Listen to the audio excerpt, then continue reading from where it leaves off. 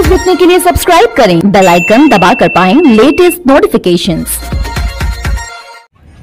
अऊज़ु बिल्लाहि मिनश शैतानिर रजीम। बिस्मिल्लाहिर रहमानिर रहीम। अल्हम्दुलिल्लाहि रब्बिल आलमीन वस्सलातु वस्सलाम अला रसूलिहिल करीम, अम्मा बाद। रब्बि इश्रह ली सदरी वयस्सिर ली अमरी वहलुल उक़दतम मिन लिसानी यफ़क़हू क़ौली। रब्बी ज़िदनी इल्मा, अल्लाहुम्मा रब्बी ज़िदनी इल्मन वल्हिक़नी बिस्सालिहीन। अल्लाहुम्मा इन्ना नसअलुका इल्मन नाफ़िअ, अल्लाहुम्मा इन्ना नसअलुका इल्मन नाफ़िअ। आए हुए सारे मेहमानों को जो स्टेज पे मौजूद हैं और जो स्टेज के सामने मौजूद हैं, आप सभी को मैं अपना सलाम पेश करता हूँ। अस्सलामु अलैकुम।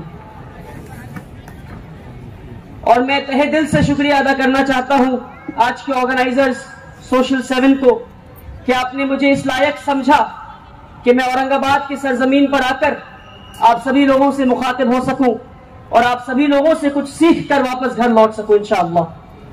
और मेरे भाई आदिल अजीज सिद्दीकी साहब जो मेरे साथ जामिया हमदर्द यूनिवर्सिटी में यूपीएससी की तैयारी कर रहे थे, इन्होंने मुझे वादा किया था कि वली भाई मैं एक दिन आपको औरंगाबाद जरूर बुलाऊंगा, और इन्होंने अपने वादे पे खरे उतरे। अल्हम्दुलिल्लाह इन्होंने मुझे औरंगाबाद आने की दावत दी।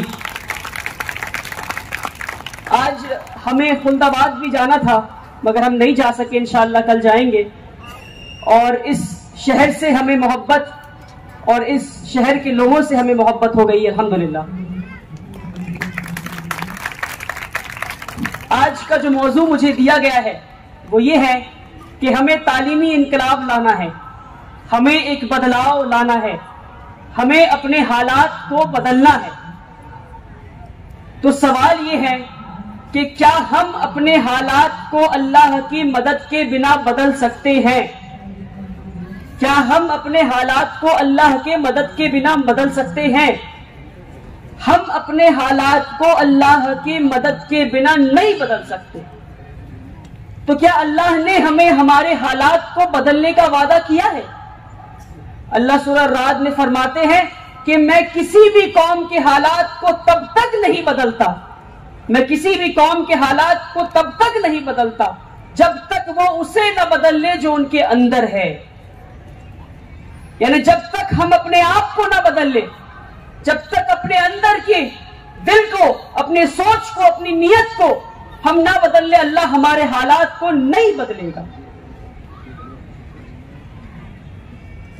तो आज सबसे बड़ी परेशानी जो हमारी है वो ये है कि हम मुसलमान पूरी दुनिया को बदलना चाहते हैं और जो नहीं बदलना चाहते हैं वो खुद को नहीं बदलना चाहते। तो मौलाना रूमी ने, जलालुद्दीन रूमी ने बहुत ही खूब कहा, कल में होशियार था तो दुनिया को बदलना चाहता था, कल में होशियार था तो दुनिया को बदलना चाहता था, आज मैं अक्लमंद हूं तो खुद को बदल रहा हूं। Yesterday I was clever, so I wanted to change the world. Today I am wise, so I am changing myself. मेरे प्यारे भाइयों और बहनों,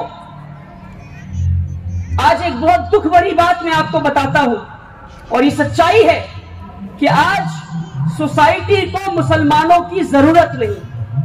There is some music that is playing over here. Can we stop that if possible? If possible. नवीन भाई please.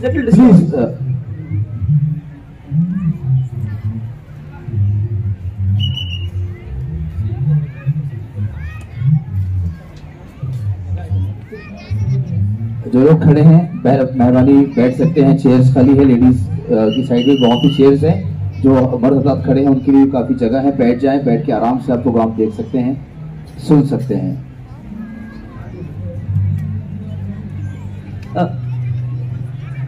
शुरू करूं इंशाल्लाह। तो मैं ये बता रहा था कि आज सबसे बड़ी दुख की बात जो हमारे लिए है वो ये है कि मुआशरे को मुसलमानों की जरूरत नहीं। The society does not need us. हमें सोसाइटी को हमारी जरूरत नहीं, क्योंकि हम सोसाइटी के बेनिफैक्टर्स नहीं बल्कि बेनिफिशियरीज हैं।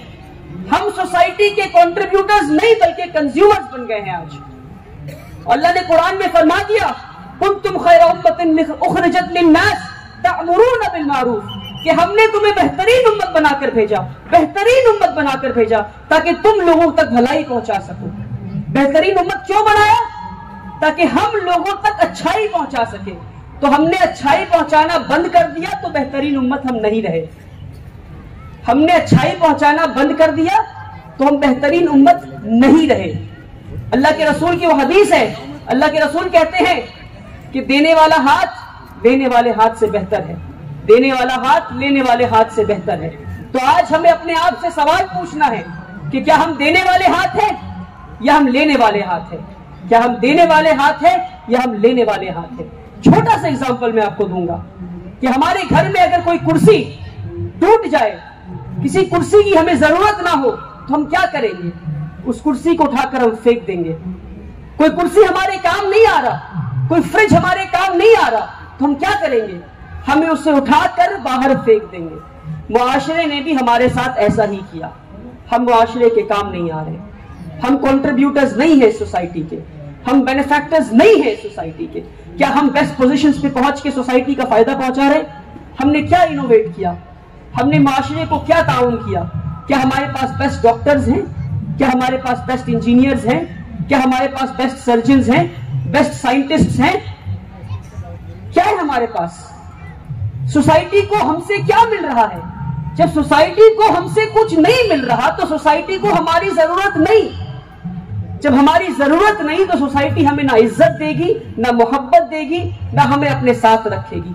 जिस दिन हम सोसाइटी के कंट्रीब्यूटर्स बन गए और देने वाले हाथ बन गए, इंशाअल्लाह यही लोग जो आज हमें इग्नोर कर रहे हैं, यही लोग हमारे पीछे कतार में खड़े होकर इंशाअल्लाह हमारे साथ लब्बैक के नारे लगाएंगे इंशाअल्लाह।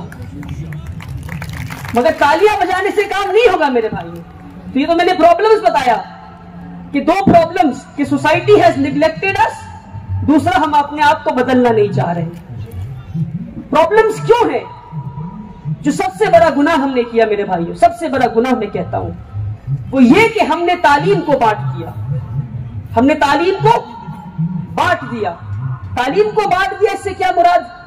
तालीम को बांट दिया इसका मतलब ये कि हमने कहा कि ये दुनियावी तालीम, ये दीनी तालीम, ये असरी उलूम, ये दीनी उलूम। ये सबसे बड़ा गुनाह हमने किया कि हमने तालीम को बांट दिया। तालीम एक यूनिट है, दीन और दुनिया अलग नहीं है, ये एक यूनिट है। इल्म इज अ यूनिट, और इस बात को लिख लेना चाहिए हमें कि इल्म इज अ यूनिट। और एक छोटा सा एग्जांपल मैं आपको देता हूं कि किसी के वालिद के इंतकाल के बाद जब विरासत का हम तकसीम करेंगे बीवियों में और बच्चों में, तो विरासत की तकसीम अगर हम शरई तरीके से करते हैं तो क्या यह दीन है? अगर हम विरासत की तकसीम अल्लाह के रसूल सल्लल्लाहु अलैहि वसल्लम के बताए हुए तरीकों पे करते हैं तो क्या यह दीन है? हमारा क्या जवाब होगा कि हाँ ये दीन है। पर जिस मैथमेटिक्स कैलकुलेशन का इस्तेमाल करके इस दीन का हम अमल करेंगे, क्या वो मैथमेटिक्स कैलकुलेशन दीन का हिस्सा नहीं मेरे भाई? क्या वो मैथ्स दीन का हिस्सा नहीं? आप हिस्ट्री उठा के देख ले, जहां तक हिस्ट्री हम ट्रेस कर सकते हैं, जहां तक भी दुनिया में जितनी भी जंगें लड़ी गई, जितनी भी जंगें लड़ी गई, जंग के बाद जो हार गया उसके बाद सिर्फ दो ऑप्शन, या तो सर कलम करवाओ या तो फाइन भरो, या तो माल देके जाओ या सर कलम करवा लो। मगर एक लौता वाहिद इंसान रसूलुल्लाह सल्लल्लाहु अलैहि वसल्लम ने तीसरा ऑप्शन बताया कि तुम्हें ना तो फिदिया देना है, ना तो सर कलम करवाना है, तुम हमारे बच्चों को बस पढ़ा दो, यही हमारे लिए काफी है। अल्लाहु अकबर। और ये जंगी कैदी जो आए थे, ये क्या कुरान और हदीस पढ़ाने आए थे? ये क्या पढ़ाते? ये कौन सी उलूम पढ़ाने आए थे? हमें समझना है मेरे भाइयों। ये आज मदरसे से फारिग होने के बाद एक आलिम दीन, और मैं दुख के साथ कहता हूं और जोर से कहता हूं ये बात, चाहे किसी को बुरा लगे या ना लगे, अल्लामा इकबाल कहते हैं मेरी नवा में नहीं अदाए महबूबी, मेरी नवा में नहीं अदाए महबूबी के बांगे सूर इसराफील दिल नवाज नहीं। आज अक्सरियत मदरसे से, अक्सर आलिम दीन फरागत के बाद जब दुनिया की दहलीज पे कदम रखते हैं, जो पहला सवाल अपने आप से पूछते हैं वो ये है कि अब मेरा क्या, कि अब मेरा क्या। और 12वीं पास होने के बाद जब एक बच्चा स्कूल से निकल के दुनिया की दहलीज पे कदम रखता है तो उसे वजू और गुस्ल के फराइज नहीं पता होते। तो इसके लिए कौन जिम्मेदार है मेरे भाइयों, मेरी बहनों, कौन जिम्मेदार है इसके लिए? क्यों नहीं हमने ऐसे मदारिस बनाए जो हमारे बच्चे जाके पढ़ सकते हैं? क्यों नहीं ऐसे स्कूल्स बनाए? हमने इल्म को बांटा तो हमारा आज ये हाल है। जब हमने इल्म को नहीं बांटा था तो अल ज़हरवी ने किताब अल तसरीफ जैसी किताब लिखी जिसमें 200 से ज्यादा सर्जिकल टूल्स के बारे में मेंशन है। जब हमने इल्म को नहीं बांटा तो दुनिया की पहली डिग्री कॉलेज बनाई गई, वो मुसलमान ने बनाई। फातिमा अल-फिहरी ने अल करौवियीन यूनिवर्सिटी बनाई। जब हमने इल्म को नहीं बांटा तो हमने एल्गोरिथम का इजाद किया, हमने अलजबरा का इजाद किया, हमने हवाई जहाज का इजाद किया। और जब हमने इल्म को बांट दिया तो आज हम इस दहलीज पे खड़े हैं कि हमें सेमिनार करके कहना पड़ रहा है कि तालीमी इनकलाब लाना जरूरी है आज, क्योंकि हमने तालीम को बांट दिया। इल्म इज अ यूनिट, इस बात को लिख कर आज अब घर ले जाए इंशाअल्लाह। और जब मैं तालीम की बात कर रहा हूं तो वो जमाना चला गया जब हम सिर्फ तालीम की बात करते थे। आज हमें कंटेम्पररी एजुकेशन की बात करनी है। मौजूदा हालात में जिस तालीम की जरूरत है उस तालीम की बात करनी है। एक तरफ वो तालीम है गरीबों की तालीम, जो कि सरकारी स्कूल के सरकारी किताब में हम हार्ट का डायग्राम पढ़ते हैं, ब्लैक एंड व्हाइट डायग्राम, कि भाई हार्ट में यहां नर्व्स हैं, 4 चेंबर्स हैं। पढ़ने के बाद बच्चा 90% मार्क्स भी ले आता है और कभी उसके सामने असली हार्ट उसके हाथ में दे दे तो वो सवाल पूछेगा ये कौन सा चीज है।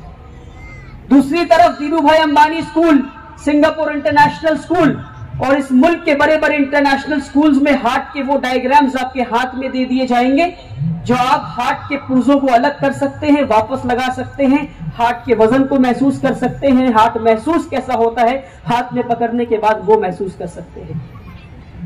तो हाथ जो हमें मिल रही है वो गरीबों की तालीम है, पैसे होने के बावजूद भी गरीबों की तालीम है ये। तो हमें सिर्फ तालीम की बात नहीं करनी मेरे भाइयों, हमें कंटेम्पररी एजुकेशन की बात करनी इंशाअल्लाह। और जब हम एकेडमिक्स की बात करें तो सिर्फ एकेडमिक्स नहीं, हमें एकेडमिक एक्सेलेंस की बात करनी है। सिर्फ पढ़ लेना काफी नहीं है। हम उन कौमों में से नहीं है कि सिर्फ पढ़ ले, सिर्फ कुछ बन जाए, डिग्री हासिल कर ले, नहीं, हम उन कौमों में से नहीं है। हम इतने पीछे हैं कि हमें सिर्फ और सिर्फ हमारा टारगेट एक्सेलेंस होना चाहिए। आज क्योंकि हम एक्सेलेंस पे फोकस नहीं है हमारा, तो अपने हक को हम ले नहीं पा रहे हैं। वो कैसे? आज गरीब से गरीब इंसान जो कि एक पिन खरीदे वो भी टैक्स भरता है, और जो कि पोर्श गाड़ी खरीदे, पोर्शे गाड़ी जो 3 करोड़ रुपए में आती है, उसकी शुरुआती दाम जो 3 करोड़ रुपए है, वो भी टैक्स भरता है। एक गरीब मुसलमान जो पिन खरीदे वो भी टैक्स भरता है, और एक अमीर मुसलमान जो पोर्श खरीदता है वो भी टैक्स भरता है। तो हमारे दिए हुए टैक्स के पैसे कहां जा रहे हैं? क्या हम सिर्फ स्ट्रीट लाइट और सड़क पे चलकर खुश हैं? सिर्फ इन चीजों से खुश हैं कि घर पे पानी आ रहा है, घर पे बिजली आ रही है और सड़क पे हम चल पा रहे हैं? हमारे दिए हुए पैसे को हम सरकार को, जो हम टैक्स की शक्ल में पैसे दिए हैं, उन पैसों को हम सरकार से वापस नहीं ले पा रहे हैं। एक सरकारी मेडिकल कॉलेज में एक बच्चे पे कम से कम ऑन एन एवरेज, किसी स्टेट में 75 लाख रुपए खर्च होते हैं, किसी में 1 करोड़, किसी में 50 लाख रुपए। तो हम एवरेज 50 लाख रुपए पकड़ते हैं। मैंने पिछले साल मैंने एक डेटा तैयार किया था कि सिर्फ 5 इदारे मुसलमानों के ऐसे थे जिन्होंने 500 बच्चों को सरकारी मेडिकल कॉलेज में भेजा। तो अगर 500 बच्चों को सरकारी मेडिकल कॉलेज में भेजा तो हमने अपने दिए हुए टैक्स के कितने पैसे को वापस ले लिया? बताइए। 250 करोड़ रुपए को हमने सरकार से वापस ले लिया, क्योंकि हमने अपने ही फायदे के लिए वो पैसे दिए हैं। हमने अपने फायदे के लिए पैसे दिए, मगर परेशानी ये है कि आज आईआईटी में 14% मुसलमान की आबादी, आईआईटी में 2% भी नहीं है। और एक आईआईटी के बच्चे पे सरकार कम से कम 1 करोड़ रुपए खर्च करती है। 1 करोड़ रुपए। तो अगर 500 मुसलमान भी ना जा सके तो हम 500 करोड़ अपने वापस नहीं ले सकते। और ये हमारे पैसे हैं जो हमने दिए हैं।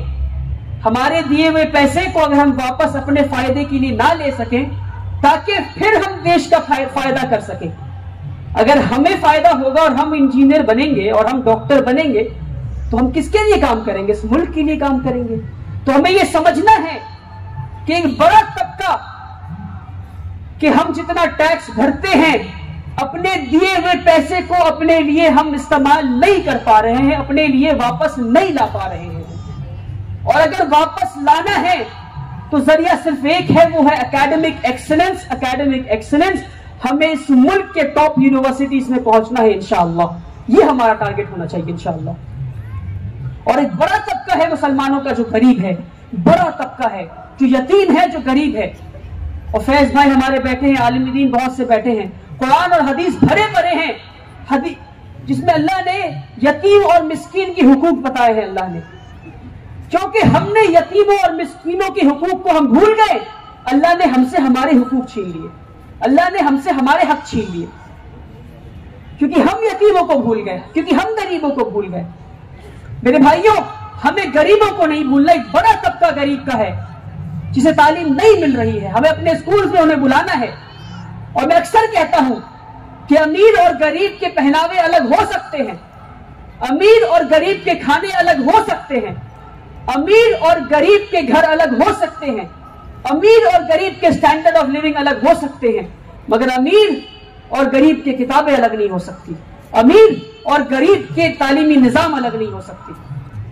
और जो मुआशरा ऐसा करता है, हम जुल्म कर रहे हैं, हम मॉरली करप्ट सोसाइटी हो चुकी है अगर हम ऐसा कर रहे हैं। मेरे भाइयों, हमने गरीबी नहीं देखी। गुर्बत कोई खराब चीज नहीं है, अल्लाह के रसूल भी गुर्बत में थे, मगर जिस गरीबी की मैं बात कर रहा हूं आज के दौर 21वीं सदी की गरीबी, जो लोग स्लम्स और गेटोज में रहते हैं, उस गरीबी के साथ नापाकी भी है, गलाजत भी है, फितने भी हैं। हम उस गरीबी की बात कर रहे हैं। हमें अपने भाइयों को गरीबी से निकालना है। किसी भी गरीब से पूछे आप कि क्या आप गरीब हैं, कहेंगे हाँ मैं गरीब हूं। क्या आपके वालिद गरीब थे? हाँ मेरे वालिद गरीब थे। क्या आपके दादा गरीब थे? जी हाँ मेरे दादा गरीब थे। क्या उनके दादा गरीब थे? हाँ उनके भी दादा गरीब थे। यानी कि जिसने मेरे दादा से ज़कात लिया, उसके बेटे ने मेरे वालिद से ज़कात लिया, उसके बेटे ने मुझसे ज़कात लिया, और शायद उसका बेटा मेरे बेटे से ज़कात लेगा। तो हम ज़कात देकर खुश हैं और अपनी जन्नत ज़कात देकर ही बनाना चाहते हैं। क्या इसलिए ज़कात का निज़ाम आया था मेरे भाइयों? क्योंकि हम इन चीजों को नहीं बदल रहे हैं। हम खुश हैं ज़कात देकर। ज़कात नहीं देंगे और दुनिया से गरीब हट जाएंगे तो फिर सवाब कैसे कमाएंगे? ज़कात किसको देंगे? ये भी तो एक सोच हमारी है शायद। क्या ये सोच हमारी है? इस सोच को बदलना है। अगर ये हमारी सोच है, हमें ज़कात ऐसा देना है कि एक बार में इंसान गरीबी से बाहर निकल जाए इंशाअल्लाह। जो पीढ़ी दर पीढ़ी गरीबी में है वो गरीबी से बाहर निकल जाए। बड़ा तबका मुसलमानों का ऐसा है जो गरीबी में है, जो तालीम से महरूम है। और वाहिद एक दवा है गरीबी की, वो है तालीम, तालीम और तालीम। मौजूदा हालात में जिस तालीम की जरूरत है इंशाअल्लाह हमें उस तालीम को देना है इंशाअल्लाह। आज जरूरत है मुसलमानों को मेहनत करने की। और कैसी मेहनत? सहाबियों वाली मेहनत, अल्लाह के रसूल वाली मेहनत कि फजर में उठना तो तब तक काम करना जब तक आंख न लग जाए रात को। सिर्फ काम और काम और काम। फजर में उठकर काम, जोहर तक काम, जोहर से असर जो हमने थोड़ा कैलूला किया और आराम किया, असर से लेकर इशा तक काम, इशा के बाद भी काम, और काम और काम और काम, और फिर फजर में उठना और फिर काम करना। और जिंदगी इस तरह अगर हम नहीं काटते हैं तो हमारी मुस्तकबिल और हमारी आज मौजूदा हालात नहीं बदलेगी।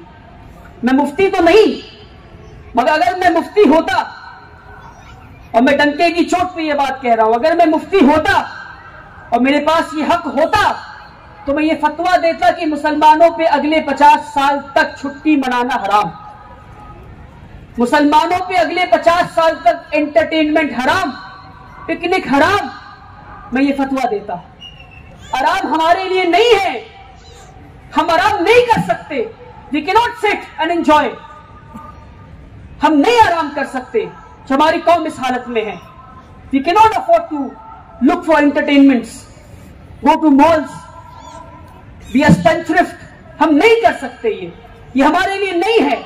शायद 50 साल की बात कर सकते हैं जब हमारे हालात बदल जाएंगे इंशाअल्लाह, मगर आज हम ये नहीं कर सकते, हम ये नहीं कर सकते मेरे भाइयों। आज अगर हमें अपने मुस्तकबिल को बदलना है तो जो हो गया वो हो गया। अब हम क्या कर सकते हैं, हमें उस पर फोकस करना है। हम क्या कर सकते हैं, हम अपने बच्चों पे मेहनत कर सकते हैं इंशाअल्लाह। हम अपने बच्चों पे मेहनत कर सकते हैं। प्रिंस ये एक बहुत ही फेमस मोटिवेशनल स्पीकर है। वो कहते हैं, do not look at youth as 20% of the population, rather look at them as 100% of the future. तो जो नौजवान है और हमारे बच्चे हैं, ये हमारे मुस्तकबिल हैं। हम किस तरह इनके हालात को बदलें। बल्कि मैं ये समझता हूं, आदिल अजीज भाई कह रहे थे कि औरंगाबाद में इनकलाब लाना है और औरंगाबाद के लोगों को जगाना है। मैं ये समझता हूं कि औरंगाबाद के लोग जाग चुके हैं, बस इनकलाब आना बाकी है अल्हम्दुलिल्लाह। और मैं बस ये हवाबाजी वाली बात नहीं है कि औरंगाबाद आया हूं तो कुछ खुश करके जाना है। मैं ईस्ट इंडिया से आता हूं, बंगाल, बिहार, उड़ीसा, झारखंड और कंप्लीट नॉर्थ ईस्ट। वहां के हालात बहुत खराब हैं, बहुत खराब हैं। आपके यहाँ कम से कम स्कूल खुल रहे हैं, लोग फिक्रमंद हैं, लोग चीजों को बदलना चाहते हैं। हमारे यहाँ ऐसा बिल्कुल कुछ भी नहीं है। और मैं ये औरंगाबाद के स्टेज को, प्लेटफॉर्म को इस्तेमाल करना चाहता हूं पूरे मुल्क भर में आवाज पहुंचाने के लिए कि अगर हमें अपने मुस्तकबिल को बदलना है तो अपने बच्चों पे मेहनत करना शुरू करना है इंशाअल्लाह। हमें स्कूल्स खोलने हैं, हमें कॉलेजेस खोलने हैं इंशाअल्लाह। और बच्चों पे मेहनत कैसी? बच्चों पे मेहनत ऐसी कि बच्चों को सबसे पहले कुछ देना है तो वो है तरबियत, वो है तरबियत। और मैं अक्सर कहता हूं अपने स्पीचेस में ये कि that in the ocean of education, in the ocean of education, academics is just a drop, the rest is तरबियत, the rest is तरबियत। कि तालीम के समुद्र में पढ़ाई लिखाई और कॉपी कलम और कागज सिर्फ एक बूंद है, बचा हुआ जो पानी है वो तरबियत है। तो हमें अपने बच्चों की तरबियत करनी है। तरबियत क्या होता है?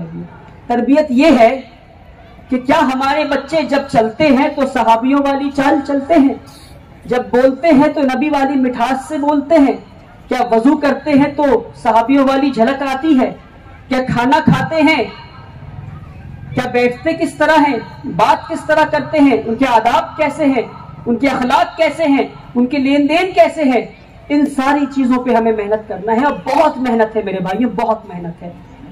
और आज जरूरी है कि हम अपने बच्चों को इज्जत दें, हम अपने बच्चों को इज्जत दें। और मुसलमानों ने अपने बच्चों को एक बार के लिए मोहब्बत तो दिया है, मगर ये लिख कर ले जाएं और ये समझ लें और आप इनकार नहीं कर सकते।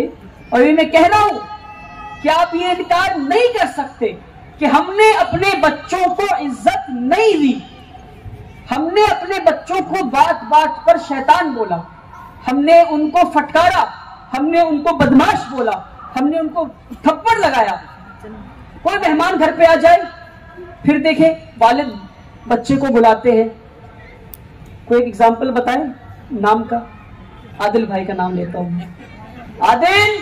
आदिल भाई दौड़े दौड़े आ गए, छोटे से 7 साल के बच्चे। आदिल सलाम करो मेहमान को। मेहमान को सलाम के, अस्सलाम वालेकुम। मेहमान का पहला सवाल बच्चे से, पहला सवाल, किस क्लास में पढ़ते हैं, फेवरेट सब्जेक्ट कौन सा है? बच्चा तो वहीं डर गया। और अगर बच्चा जवाब नहीं दे पाया तो मेहमान के जाने के बाद क्या होता है हम सबको पता है। पता है कि नहीं पता है?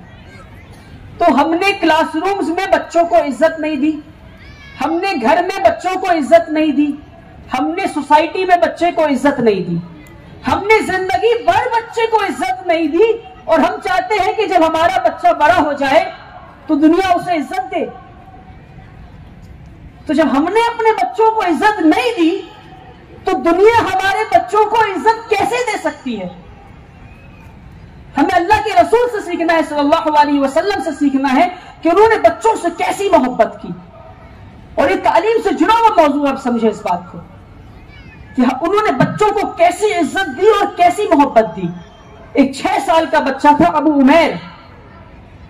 अबू उमैर की जो चिड़िया थी वो मर गई, तो अबू उमैर के भाई अल्लाह के रसूल के पास आए और कहे अबू उमैर सुबह से रो रहे हैं।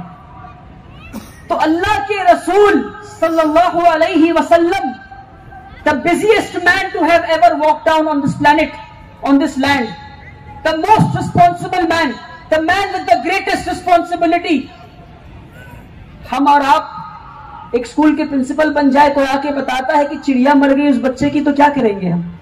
अच्छा चिड़िया मर गई, अरे उसे स्कूल भेजो। अल्लाह के रसूल ने क्या किया? उसके पास दौड़े हुए गए और कहे ए उमैर क्या हो गया तुम्हारे चिड़िया को? ए उमैर तुम्हारे नुगैर को क्या हो गया? तो उमैर ने बताया ऐसा ऐसा ऐसा हो गया। अल्लाहु अकबर। ये हमारे रसूल अल्लाह थे, इतने बिजी होने के बाद, इतनी जिम्मेदारियां होने के बाद एक 6 साल के बच्चे से मिलने गए वो। ये हमारे लिए सीख है कि हमें अपने बच्चों से कैसी मोहब्बत करनी है, हमारे बच्चों को कैसा वक्त देना है और हमारे बच्चों को कैसी इज्जत देनी है। एक बार अल्लाह के रसूल अपने नवासों को अपने पीठ पर बैठाकर ऊंट की तरह चल रहे थे। बगल से एक सहाबी गुजर रहे थे। सहाबी ने कहा वाह क्या सवारी है। क्या कहा? वाह क्या सवारी है। तो अल्लाह के रसूल सल्लल्लाहु अलैहि वसल्लम जवाब में कहते तुम सवारी को देखते हो, सवार को नहीं देखते, सवार को भी तो देखो। तो क्या हमने अपने बच्चों को सवार वाली इज्जत दी? क्या हमने अपने बच्चों को सवार वाली इज्जत दी? क्या हमने बताया कि वो कितने अजीज हैं? क्या हमने बताया उनको कि वो हमारे मुस्तकबिल हैं? क्या हमने उनके चेहरे को पकड़ के उनके माथे को चूमा, उनके पेशानी को चूमा और उनसे मोहब्बत का इजहार किया हमने? अल्लाह के रसूल की जब बेटी उनके कमरे में दाखिल होती थी फातिमा रज़ी अल्लाह ताला अन्हा, तो अल्लाह के रसूल अपने बिस्तर से उठ जाते थे, उनके हाथ को पकड़ के पहले उन्हें बैठाते थे, फिर वो खुद बैठते थे। हम और आप, बल्कि मैं वालिद से कहता हूं कितने वालिद ऐसा है जो ऐसा करेंगे या ऐसा किए होंगे? हमारे बच्चे कमरे में दाखिल हो और हम अपने बच्चे की इज्जत में उठ जाएं, उसे लाकर बैठाएं और फिर हम बैठे। ऐसी इज्जत देकर तो देखे मेरे भाइयों, फिर देखे दुनिया आपके बच्चे को कैसे इज्जत नहीं देती इंशाअल्लाह। मगर जरूरी यह है कि हम अपने बच्चों को इज्जत दें इंशाअल्लाह। कैसे सेंसिटिव थे हमारे रसूलुल्लाह सल्लल्लाहु अलैहि वसल्लम बच्चों की तरफ। उन्हें पसंद था सिर्फ बच्चों को खेलता हुआ देखना। इतने बिजी स्केड्यूल के बावजूद वो वक्त निकालकर बच्चों को खेलता हुआ देखते थे, खेलता हुआ देखते थे वो। तो एक सहाबी अपने बच्चे को ढूंढते ढूंढते पहुंच गए अल्लाह के रसूल के पास और देखा कि अल्लाह के रसूल बच्चों को खेलते हुए देख रहे हैं और उनका भी बेटा सारे बच्चों के बीच में खेल रहा है। तो उन्होंने कहा अल्लाह के रसूल आपकी इजाजत हो तो अपने बच्चे को ले जाऊं मैं? तो अल्लाह के रसूल ने कहा नहीं थोड़ी देर और खेलने दो। सहाबी फिर लौट गए, फिर थोड़ी देर के बाद आए और कहे अल्लाह के रसूल आपकी इजाजत हो तो मैं क्या अपने बेटे को ले जाऊं? तो अल्लाह के रसूल ने थोड़ी देर और खेलने दो। फिर तीसरी बार जब वो लौटे अल्लाह के रसूल ने कहा हाँ ठीक है ले जाओ। जैसे वो कदम आगे बढ़ाते अल्लाह के रसूल कहते हैं कि हाँ ले तो जाओ, मगर जब उसे तुम आवाज लगाओ दूर से तो ए मेरे बेटे कह के आवाज ना लगाओ। तो साहबी हैरान कि मैं अपने बच्चे को बेटे कह के ना पुकारूं तो क्या पुकारूं मैं? ये तो मेरा बेटा है। कि अल्लाह के रसूल ये क्या कह रहे हैं आप? अल्लाह के रसूल ने कहा कि उन बच्चों में कुछ यतीम बच्चे भी हैं, कहीं बाप की आवाज सुनकर उनका दिल टूट ना जाए, उनकी आंखों से आंसू ना आ जाए, उनका दिल फट ना जाए, तो तुम खामोशी से अपने बच्चे को उठाकर ले जाओ। हम और आप कितने यतीम बच्चों को अपने इलाके में ढूंढते हैं, उन्हें तालीम देने की कोशिश करते हैं। यतीम और मिस्कीन के हुकूक को हमने भुला दिया तो अल्लाह ने हमसे हमारे हुकूक को छीन लिया। हमने विधवाओं के हुकूक को भुला दिया तो अल्लाह ने हमारे हुकूक को छीन लिया। हमें समझना है इनके हुकूक को और इंशाअल्लाह हमें इन चीजों पे अमल करना है। इंशाअल्लाह हम अपने बच्चों को इज्जत देंगे, अपने बच्चों को मोहब्बत देंगे तो इंशाअल्लाह उनकी मुस्तकबिल बदलेगी और दुनिया उनको इज्जत देगी इंशाअल्लाह। जिस बच्चे को जिंदगी भर सिर्फ और सिर्फ इज्जत मिली है, सिर्फ और सिर्फ इज्जत मिली है, वो बच्चा जब दुनिया की दहलीज पे कदम रखता है थोड़ी सी भी बेइज्जती वो बर्दाश्त नहीं कर सकता। जब थोड़ी सी भी बेइज्जती उसकी होती है ना तो खुद से पूछता है कि अल्लाह मैंने ऐसा क्या कर दिया? मेरे वालिद ने तो मुझे इज्जत दिया, मेरे टीचर्स ने मुझे इज्जत दिया, मेरे बड़ों ने मुझे इज्जत दिया, और जिस बच्चे को कभी इज्जत ही नहीं मिली और उससे हम उम्मीद रखते हैं कि वो इज्जत पाने वाले काम करेगा, नहीं कर सकता वो, क्योंकि हमने इज्जत दिया ही नहीं। तो आइए हम ये अहद करते हैं और वादा करते हैं कि आज हम जब घर लौटेंगे तो अपने बच्चे के हाथ को पकड़ेंगे, उसकी पेशानी को पकड़ेंगे, चूमेंगे और कहेंगे बेटा आई लव यू, बेटी आई लव यू, कहेंगे इंशाअल्लाह। देखिए आप हंस रहे हैं क्योंकि इतना अनकॉमन हो गया है, आई लव यू बोलना अपने ही बच्चे को इतना अनकॉमन हो गया है। अल्लाह अकबर, ये तो आपका बच्चा है, इसको आई लव यू नहीं बोलेंगे तो किसे आई लव यू बोलेंगे? जब उसे मोहब्बत करना नहीं सिखाएंगे तो वो दूसरों तक मोहब्बत कैसे पहुंचाएगा? एक छोटा एग्जांपल देता हूं मैं आपको इसके रिगार्डिंग, और ये आखिरी एग्जांपल इंशाल्लाह फिर मैं अपनी स्पीच को मुकम्मल करूंगा। तो मैं एक छोटा सा इदारा चलाता हूं यतीम और गरीब बच्चों के लिए। तो उस इदारे में मेरी मेंटर गजल खान एक 6 साल के यतीम बच्चे को लेकर आई। उस यतीम बच्चे का कोई नाम भी नहीं था, लोगों ने इसको सनी कह दिया तो अपने आप को सनी कहने लगा। वो यतीम बच्चा इतना शरीर, हर जगह कूद रहा था, हर जगह स्कूल में कागज को फाड़ रहा था, चार्ट पेपर्स को फाड़ रहा था, और वो गालियां दे रहा था, अभी इस तरह के अल्फाज इस्तेमाल कर रहा था। किसी की बात नहीं सुन रहा, वो किसी की बात नहीं सुन रहा, और यहां कूद रहा, वहां कूद रहा, चेयर पेन कलम से दीवार पे लिख रहा। हम सब हैरान कि इस बच्चे को एडमिशन कैसे ले हम, ये तो गालियां दे रहा है। 6 साल का बच्चा गाली दे रहा है, 6 साल का बच्चा किसी की बात नहीं सुन रहा। फिर मैंने उस बच्चे को अपने करीब बुलाया, मैंने कहा क्या नाम है? कहा सनी। हमने कहा अच्छा सनी इधर आओ। तो सनी का मैंने हाथ पकड़ा, फिर उसका मैंने चेहरे को पकड़ा और उसकी पेशानी को अपने होठ से कम 30 सेकंड तक लगा के रखा मैं, 30 सेकंड तक लगा के रखा मैं। फिर मैं कहा सनी जाकर बैठ जाओ। फिर जब वो सनी जाकर कुर्सी पे बैठा तो अगले आधे घंटे तक वो हिला नहीं। तो जो मेरी मेंटर थी, जिसने जिंदगी भर 18 साल मेरी मेंटरिंग की और मेरी लाइफ कोच और मेरी काउंसलर रही, वो मुझे इस तरह हैरानी से देख रही, वली व्हाट जस्ट हैपेंड? तो मैंने कहा this child has for the first time witnessed and felt the human warmth. इस बच्चे को 6 साल में किसी ने इंसान की गर्माहट कभी महसूस नहीं हुई, इंसानी मोहब्बत क्या होता है इसे पता नहीं था। तो ये हमारे हालात हैं।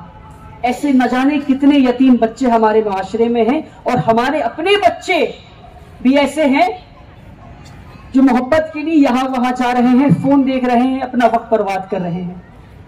तालीम का हिस्सा है तरबियत, और अगर हमने बच्चों को मोहब्बत देकर, इज्जत देकर तरबियत नहीं दी तो उनके हालात नहीं बदलेंगे। मेरे भाइयों, मैं जब औरंगाबाद आया तो सबसे पहले IRC जाना हुआ, मेरा विजिट करना हुआ, और ये मैं समझता हूं मेरी जिम्मेदारी है कि मैं ये बताऊं कि दिली खुशी हुई IRC के काम को देखकर। और हम सब जो नहीं जानते थे कि IRC चैरिटी के फील्ड में कितना बड़ा काम अंजाम दे रहा है, उससे वाबस्तगी हुई मेरी। माशाअल्लाह, अल्लाह ताला फैज भाई को इसका अजर दे और उनकी मेहनतों को कबूल करे।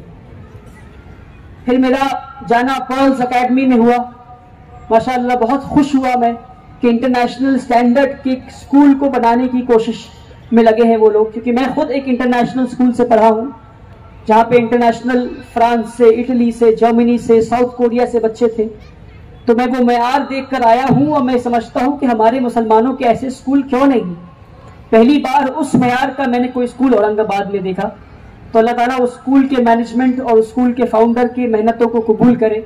फिर मेरा जाना रूट्स एंड विंग्स सफर सर के स्कूल में हुआ, जो कि बहुत ही हम्बल स्कूल है, मगर उस स्कूल में जाते ही मुझे ये एहसास हो गया कि उस स्कूल के बच्चों को मोहब्बत और इज्जत दी गई है। उस स्कूल के बच्चों के चेहरे पे जो मुस्कुराहट थी, माशाअल्लाह, मैं वो बयान नहीं कर सकता। वो देखकर मैं समझ गया कि इन बच्चों को कितनी मोहब्बत और कितनी इज्जत दी गई है, और कितने कॉन्फिडेंट थे वो बच्चे। एक बच्चा कॉन्फिडेंट तभी हो सकता है जब उसको मोहब्बत और इज्जत मिली है, जब उसको इज्जत मिली है। और आज पैनल डिस्कशन में एक सवाल भी हुआ था, अपने बच्चों को बेखौफ कैसे बनाए हम? बेखौफ इज्जत देकर बनाए हम। जब घर में इज्जत देंगे तो घर में वो बेखौफ होंगे। अपने बच्चों को बताएं और ये पॉलिसी बना लें, उसूल बना लें। और आज के लिए जानना बहुत जरूरी है कि मुसलमानों का एक उसूल, ये इस टॉपिक से हटकर बात है, मगर ये जानना जरूरी है कि जिस दिल में अल्लाह का खौफ है उस दिल में किसी और चीज का खौफ नहीं हो सकता, या तो अल्लाह का खौफ या तो किसी और चीज का खौफ। हमें अपने बच्चों की तरबियत इस तरह करनी है कि या तो आप अल्लाह से डरते हैं या तो किसी और से डरते हैं। जिस दिल में अल्लाह का खौफ है उस दिल में किसी और चीज का खौफ नहीं हो सकता इंशाअल्लाह। अल्लाह ताला हमें और आपको कहने और सुनने से ज्यादा अमल करने की तौफीक दे। अगर मेरी बात में, मेरी बयान में कुछ गुस्ताखी हुई है तो उम्मीद करते हैं आप माफ करेंगे। फिर आएंगे औरंगाबाद इंशाअल्लाह। आपसे दुआ की गुजारिश। अस्सलामु अलैकुम व रहमतुल्लाहि व बरकातुहू।